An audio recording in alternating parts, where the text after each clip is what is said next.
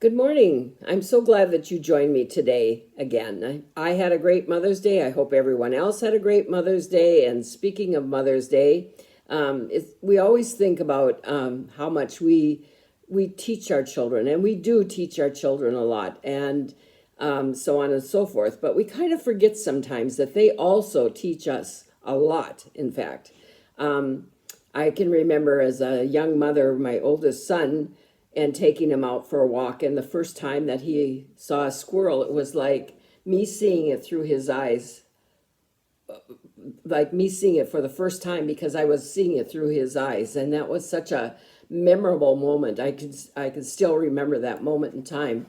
So anyway, on Friday before Mother's Day, I had this wonderful experience with my great grandchildren, two of my great grandchildren. I had met my granddaughter and her two children and Nana and Ba, the grandma and grandpa, at at the mall, and we went to this Western store because I had told my granddaughter that I wanted to buy her children boots for their birthdays. So anyway, we went into the store, and of course, these two kids, our girl is 6, and our great grandson is 4. So they tried on every boot in that store. You know, there was sparkly boots, and there was star boots, and there was American flag boots, and there was flowered boots, and there was plain boots, and there was pink boots, and there was white boots, and there was brown boots and black boots, and on and on and on it goes.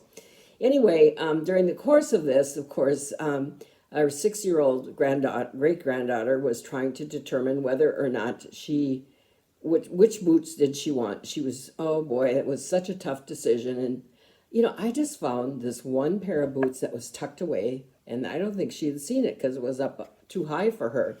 So I brought it out, and her eyes just lit up because guess what? This was a boot that had 2 layers of fringe. What girl doesn't love fringe? Well, and that includes myself, I have to tell you. Anyway, so she puts those boots on, and this just did my heart so much good. She put her,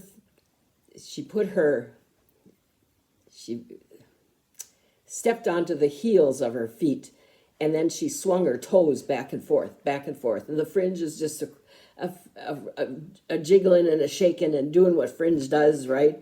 And then she stepped on her toes, and she did it that way. And then she walked and saw how does that fringe work then? It just made me laugh so much. I just couldn't even believe it. And her joy, she was so filled with joy.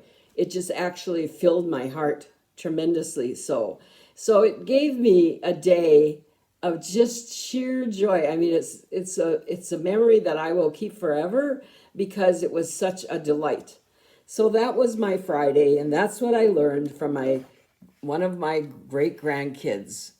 So on Monday, I was with my daughter, and one of the things that we do is we usually go for a walk together. And in her neighborhood, there's a circle that we can walk, and it's got some kind of good-sized hills, so to speak. And so she says, Mom, maybe we should drive down to the flats. Maybe it'll be too hard for you to walk. And I thought, no way, I'm not there yet. Don't you do this to me. I'm going to walk those hills. I don't care. So anyway, so we started out walking the hills, and the first one, I could actually feel a little tightness in my chest, to say the least.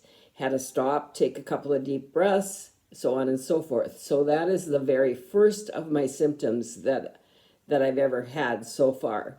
So this is probably just the beginning, but I do want to say this. I received this years ago, actually, from my daughter, and I just stumbled across it the other day. So I'd like to read this to you.